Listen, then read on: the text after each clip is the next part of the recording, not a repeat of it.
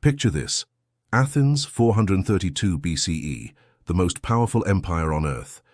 They control the entire Mediterranean, every trade route, every port, every alliance. Then one day, a tiny city-state called Megara pisses them off. Athens decides to crush them, not with soldiers, but with economics. They ban Megara from every port in their empire, complete economic strangulation. The Athenians are laughing because this should take maybe a few months. Megara will starve, they'll beg for mercy, they'll submit. Except that's not what happened at all. Megara didn't beg, they didn't starve, they got pissed and called Sparta. 3 years later, war breaks out and lasts 27 years. At the end, Athens loses everything. Their empire, their navy, their democracy, their golden age. All because they thought they could starve a small city into submission. Now here's where this gets interesting. Fast forward to today. Russia's been sanctioned 11,000 times and their economy grew last year. Iran's been sanctioned for 45 years and they're building nuclear weapons. North Korea's been sanctioned for 70 years and they have ICBMs. Cuba's been sanctioned for 65 years and nothing changed. Are you seeing a pattern? Because it's the exact same pattern that destroyed Athens. But here's the crazy part. Some ancient empires figured out a different way that actually worked for centuries, and nobody's using it today. So let me tell you 3 stories about empires that conquered half the world without firing a shot. Then I'll show you how their strategies could solve every major geopolitical crisis happening right now. But first, let's talk about why sanctions keep failing. Because once you see it, you can't unsee it. Economic warfare is as old as civilization itself.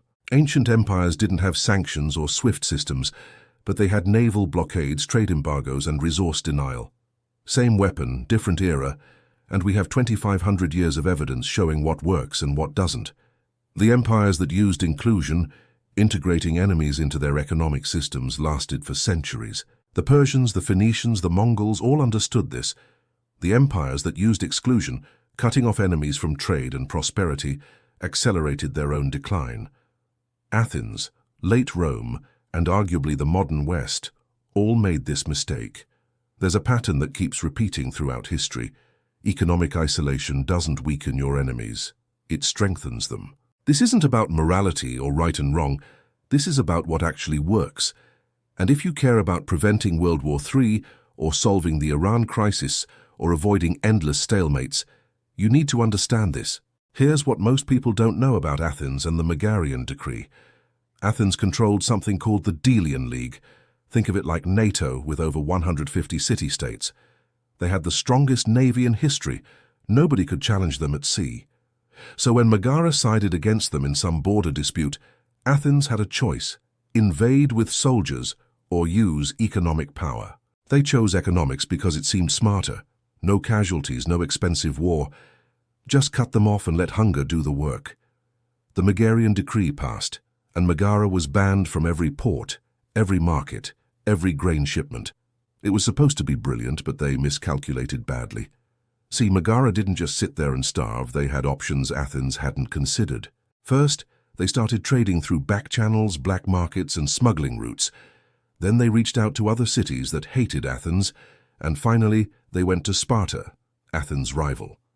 Sparta agreed to help, not because they cared about Megara, but because Athens was getting too powerful and too arrogant. And here's what Athens didn't realize. By isolating Megara, they pushed them into enemy hands. By using economic warfare, they made war inevitable, the very thing they were trying to avoid. 3 years later, Sparta declared war, and Athens lost everything over the next 27 years. Their empire crumbled, their democracy fell, their golden age ended, all because they thought economics could replace diplomacy. Now watch this, because the exact same thing is happening today. Let me show you Cuba. In 1959, Castro takes power, and the United States doesn't like it. So in 1960, they impose an embargo, complete economic isolation with one goal: overthrow Castro and bring democracy. Should take a few years, right? Maybe a decade at most. It's been 65 years now. Castro died in power in 2016 after 47 years of rule under sanctions. The Communist Party is still in control. Same system, same ideology, nothing changed. But here's what did change. Castro used the embargo as proof that America was the enemy. Every food shortage became America's fault. Every economic problem was blamed on the embargo. Every hardship became blame the Yankees. And it worked perfectly for Castro. Dissent became treason. The embargo became a rallying cry, and Cuba just found new friends. First the Soviets, then Venezuela. Now China and Russia are Cuba's main partners. 65 years of sanctions with zero results, except making the regime stronger and more entrenched. Now let's talk about Iran, because this one's even more revealing. 1979 Islamic Revolution. Hostage crisis. America imposes sanctions with a clear goal: stop Iran from getting nuclear weapons. So what happened after 45 years of sanctions? Iran now has thousands of centrifuges, and they're enriching uranium to 60%, just below weapons grade. They're closer to a nuclear bomb than ever before, and the sanctions were supposed to prevent this. Instead, they accelerated it, and here's why. When the West sanctioned Iran, hardliners gained power by saying, "See, the West will never accept us, we need nuclear weapons for security." Moderates in Iran lost all credibility because they said cooperation would lift sanctions, but the sanctions never lifted. So Iranian voters asked, why bother electing moderates if sanctions continue regardless? And Iran built what they call a resistance economy, self-sufficient, trading with China and Russia, using alternative payment systems. They learned to live without the West, and now Iran, Russia, and China are allies. The exact alliance the West didn't want, created directly by the sanctions that were supposed to prevent it. Sound familiar? It should, because it's the Athens pattern repeating. Now Russia, and this is where it gets really interesting. February 2022, Russia invades Ukraine, and the West responds with what they called the nuclear option of sanctions. Swift exclusion, $300 billion in frozen assets, technology embargoes, energy sanctions, the most comprehensive sanctions regime in history. The goal was simple: collapse the Russian economy and force Putin to withdraw from Ukraine. 2 years later, let me give you some numbers that should shock you. Russian economy grew 3.6% in 2023, which is higher than Germany's growth rate. 2024, the IMF projects continued growth for Russia, while Europe struggles. The ruble stabilized, inflation came down, unemployment stayed low, and Putin's approval rating hit 80%. How did this happen? Russia pivoted hard and fast. They redirected oil sales to China and India, started trading in yuan and rupees instead of dollars, and began producing domestically what they used to import. Meanwhile, Europe faced an energy crisis, inflation spiked across the continent, and Germany entered recession. And here's the part that should terrify everyone watching this. Russia, China, Iran, and North Korea are now coordinating more than ever before. They're building alternative financial systems together, sharing military technology, and creating a parallel global economy. Just like Megara joined Sparta, the sanctions didn't weaken these countries. They united them against the West. Athens made this exact mistake 2,400 years ago. History doesn't repeat, but it sure does rhyme, and right now, it's rhyming perfectly. So if sanctions don't work, what does? Let me tell you about 3 empires that figured it out. First, Persia. At its peak, the Persian Empire controlled more land than anyone before them, stretching from Egypt all the way to India. Dozens of cultures, hundreds of languages, different religions, different customs. How did they hold it all together? Here's what's fascinating. They didn't use force, they used prosperity. When Persia conquered a region, something strange happened. They made it rich instead of destroying it. They built the Royal Road, 1,500 miles of infrastructure connecting the entire empire. They standardized currency so trade could flow freely, and they allowed local governors, local religions, and local customs. But here's the brilliant part. They created economic interdependence across the entire empire. If you were a Persian province, rebellion meant cutting yourself off from this massive trade network.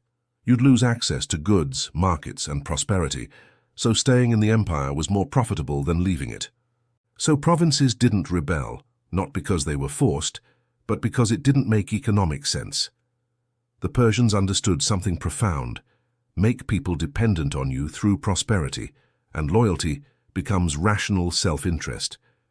The empire lasted over 200 years, not through punishment but through integration. Now let me tell you about Phoenicia, and this one's wild. The Phoenicians had no empire and no army worth mentioning, just a collection of city-states on the Lebanese coast. Tiny, vulnerable, surrounded by superpowers like Egypt, Assyria, Babylon, and Persia. All of them could have crushed Phoenicia in a week, but they didn't for over 1,000 years. From 1500 BCE to 300 BCE, Phoenicia survived and thrived, while empires rose and fell around them. Why? Because everyone needed them more than they wanted to conquer them. The Phoenicians built the trade networks connecting Europe, Africa, and Asia. If you wanted purple dye, cedarwood, or glassware, you went to Phoenicia. If you wanted to ship goods across the Mediterranean, you used Phoenician merchants. Attacking Phoenicia meant destroying the trade infrastructure that everyone depended on, which would be economic suicide. So nobody did it, and Phoenicia remained untouched while wars raged and dynasties collapsed all around them. They understood something powerful. Power isn't making others fear you. Power is making others need you. One more story, the Mongols, and yes, they conquered through violence. Everyone knows that part. But here's what most people miss. After the Mongols conquered you, they immediately recruited you into their empire. Chinese engineers built their siege weapons. Muslim administrators ran their bureaucracy. European craftsmen worked in their capital. Former enemies became the most valuable members of the empire. And this was intentional. Genghis Khan understood something. Dead enemies are worthless, but integrated enemies are profitable assets. The Mongols created what historians call the Pax Mongolica, the Mongol Peace. Trade exploded across Asia like never before. The Silk Road reached its absolute peak. Technologies and ideas spread, and wealth flowed. And former enemies had no reason to rebel, because they were getting rich under Mongol rule. The empire lasted 150 years and became the largest contiguous land empire in history. Not through destruction, but through integration. So here's the pattern across 3 empires with 3 different approaches, all using the same core principle. Integration beats isolation. Prosperity beats punishment. Making others need you beats making others fear you. And they lasted for centuries. Now compare that to Athens, 80 years from golden age to total collapse. Compare it to modern sanctions, 70 years of continuous failure with 0 regime changes. The evidence is overwhelming, so let's apply this to today's biggest crises. Starting with Russia, here's what the West did. Sanction them, isolate them, cut them off completely. Result? Russia found new partners, built alternative systems, and the war continues with no end in sight. But here's what the Persian model would look like applied to Russia. Before the invasion, there was a massive opportunity that was missed. The West should have deepened economic interdependence to make invasion economic suicide for Russia itself.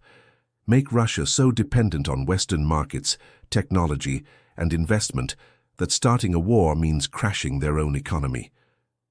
Germany tried this with natural gas, but it was one-sided. Germany needed Russia, but Russia didn't need Germany enough. After the invasion, here's the Persian approach. Conditional reintegration that makes peace more profitable than war. Offer Putin a clear path, withdraw from Ukraine and regain access to Western markets, technology, frozen assets, plus investment in rebuilding. Right now, Putin has no economic incentive to stop because his economy is surviving, and he's found alternative markets. But imagine this scenario. His oligarchs start pressuring him saying, "End this war so we can make money again." His business class says, "End this war so we can access technology again." And his population says, "End this war so we can travel again." The Persians would have made Russia want to rejoin the system, but the West made Russia need to build an alternative system. That's the fundamental strategic error. Now Iran, which has been sanctioned for 45 years, with the result being they're closer to nuclear weapons than ever. Here's the Phoenician model applied. Stop trying to isolate Iran and instead make them dependent on the West. The strategy is conditional trade, verifiable nuclear limits in exchange for economic integration. Access to global markets, Western technology, and international banking systems. Once Iran's economy is integrated with the West, then the threat of losing that access becomes powerful. Right now, they have nothing to lose because they're already completely isolated. Here's proof this actually works. 2015, the Iran nuclear deal, sanctions were partially lifted. What happened? Moderates gained power in Iran. The nuclear program slowed significantly. European companies started investing, and the economy opened up. Then, 2018, Trump pulled out and reimposed sanctions, so hardliners returned to power and the nuclear program accelerated. Moderates lost all credibility, and Iran went right back to uranium enrichment. The pattern is crystal clear. Integration moderates behavior. Isolation radicalizes it. The Phoenicians made themselves indispensable, so the West should make Iran want to be part of the global economy. Then Iran will protect that access by limiting their nuclear ambitions, because the carrot works better than the stick. Finally, North Korea, the most heavily sanctioned nation on Earth. And the result is they have nuclear weapons and ICBMs.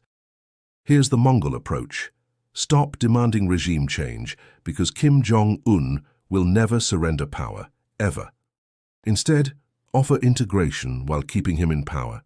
And here's what that deal looks like. Denuclearize in exchange for special economic zones like China built in the 1980s. Kim keeps political control, and the West provides investment, trade access, and technology transfers. Why would Kim accept this? Look at Vietnam. Still communist, still one-party rule, but economically integrated with the West. The Vietnamese Communist Party is more secure now than when they were isolated and at war with America. Look at China.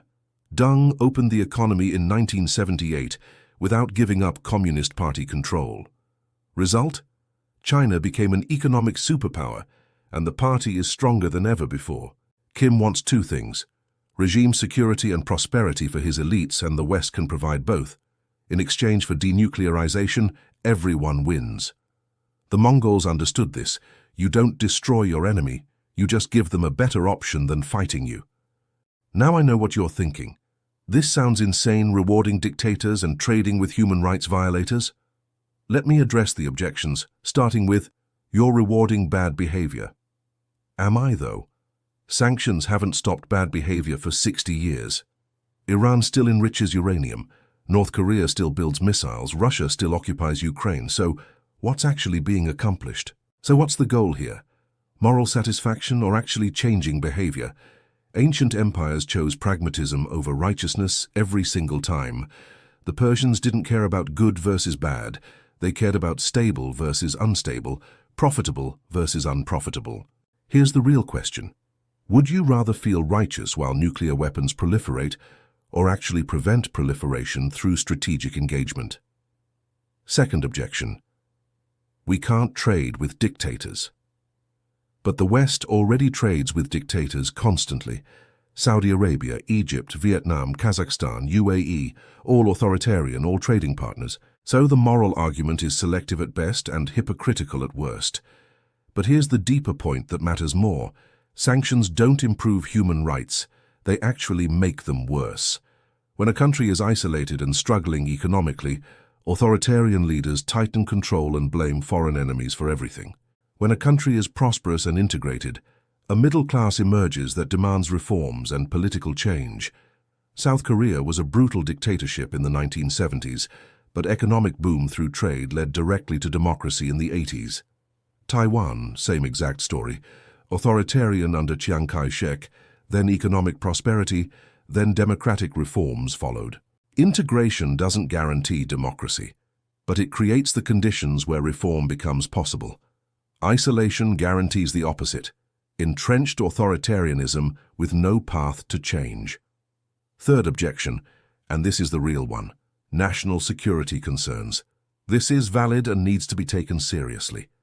But here's the thing: integration isn't empowerment, it's mutual dependence, and there's a huge difference. The Phoenicians had zero military power, but they were completely safe for 1,000 years. Why? Because everyone needed their trade networks, so attacking them would be economic self-harm. Modern example: US-China relations are complicated but relatively stable. Yes, trade made China powerful, but it also created interdependence where both sides would suffer from conflict. China holds US debt, the US buys Chinese goods, so war between them would crater both economies. Is that perfect? No, But compare it to US-Soviet relations during the Cold War. Minimal trade, maximum hostility, and multiple near-nuclear wars that almost ended civilization. Which relationship structure is actually more stable and less likely to result in catastrophic war? Integration creates mutual hostages, where both sides lose from conflict. Sanctions create enemies with nothing left to lose. Final objection. Ancient times were different. This doesn't apply to the modern world. Yes and no. Let me break this down. What's different? Nuclear weapons, instant global communication, incredibly complex supply chains, and international law. What's not different at all? Human psychology, and that's what matters most. People still respond to incentives over punishment. Leaders still want power and security. Nations still form alliances against common threats. Economic self-interest still drives behavior more than ideology or threats. The tools have changed dramatically, but the underlying principles remain exactly the same. Ancient strategy was, make them dependent on your trade routes. Modern version is, make them dependent on your financial systems, tech supply chains, and market access. Same mechanism, different technology. And here's the proof that this works in modern times. Post-World War II, Germany and Japan weren't sanctioned after losing the war. They were integrated through the Marshall Plan, and the result was former enemies became the strongest allies in history. Cold War. Nixon opened China in 1972 despite massive ideological differences and even after Tiananmen Square in '89. Result? 50 years without direct great power conflict between the US and China. When integration is used, it works every single time. When sanctions are used, they fail every single time. The evidence is absolutely overwhelming. So let me bring this full circle back to where we started. Athens, 432 BCE. They thought they were brilliant. Using economics instead of war seemed smarter, more civilized, more strategic. But they made one fatal mistake. They assumed isolation would weaken their enemy. Instead, it strengthened Megara, pushed them into Sparta's arms, and Athens destroyed itself through strategic arrogance. Not through military defeat, but through a strategy that created the war it was meant to prevent. We have 2,500 years of data now. Athens tried economic coercion, and their empire fell within 80 years. Rome eventually tried exclusion, and barbarians they wouldn't integrate destroyed them. Persia used integration and got 200 years of stability across a massive, diverse empire. Phoenicia made themselves indispensable and survived for 1,200 years without an army. The pattern couldn't be clearer, but nobody's listening to the lessons of history. And here's what keeps me up at night. Short-term sanctions don't work. That's been thoroughly established. But long-term, they're creating something far more dangerous than just policy failure. Russia, China, Iran, North Korea are building alternative financial systems, alternative trade networks, alternative technology ecosystems right now. The world is splitting into two competing blocks, just like Athens and Sparta, just like the Cold War, and sanctions are accelerating this split. Every swift exclusion creates motivation to build alternative payment systems. Every asset freeze pushes countries to move reserves out of dollars. Every technology restriction drives independent development of competing systems. The West is teaching its rivals to live without Western systems entirely. The Persians would have made rivals need them and depend on them, but the West is making rivals independent and adversarial. And that's the real existential danger that nobody's talking about. Not that sanctions fail to change behavior in the short term, but that they're creating a rival global system that doesn't need the West. A system that competes with the West and could eventually threaten or even replace Western dominance. Athens learned this lesson the hard way. By the time they realized their mistake, it was too late. Sparta had built the Peloponnesian League as a rival alliance, and war became inevitable. Is that where the world is heading right now? Because the parallels are absolutely uncanny. But here's the thing. It's not too late to change course. Nixon opened China, Reagan negotiated with Gorbachev, Obama made the Iran deal. These weren't ancient history. These were recent decisions by leaders who understood something crucial. Sometimes you have to engage with adversaries to prevent far worse outcomes. The question is simple. Is there political will to do it again before it's too late? Because the alternative is continuing a strategy that every empire that tried it eventually collapsed under. Think about it. Athens had the strongest navy in history. They controlled the Mediterranean. They were the undisputed superpower of their age. And they destroyed themselves, not through military weakness, but through strategic failure. They isolated their enemies instead of integrating them, used punishment instead of prosperity, made others fear them instead of making others need them. And it cost them everything: their empire, their wealth, their democracy, their golden age. The question isn't whether the sanctions strategy fails. History has definitively answered that question. The question is simpler and more urgent. Will the same catastrophic mistake be repeated, or will ancient wisdom finally be learned? Power isn't making others fear you. Power is making others need you. The Phoenicians understood this. The Persians understood this. The Mongols understood this. Athens didn't understand it. Rome eventually forgot it. And look what happened to both of them. So here's my question for you. Should sanctions be lifted, and should economic integration be tried instead? I know this sounds controversial. I know some of you are already disagreeing strongly. And that's good, because it means you're actually thinking about this. Comment below. Team sanctions. If you think we should keep the current approach, or team integration if you think we should try the ancient model. Defend your position using history, using logic, using evidence, and the best arguments will get pinned for either side. Because here's the truth. I don't have all the answers, but this conversation desperately needs to happen. The same strategy has been used for 70 years with zero success. Maybe it's time to learn from empires that actually succeeded. If you want more videos like this, exploring ancient strategies for solving modern problems, hit subscribe and the bell. This channel is about examining current events through the lens of 5,000 years of human civilization. Because the problems might be new and unprecedented, but the solutions are as old as civilization itself. Thanks for watching. I'll see you in the next one.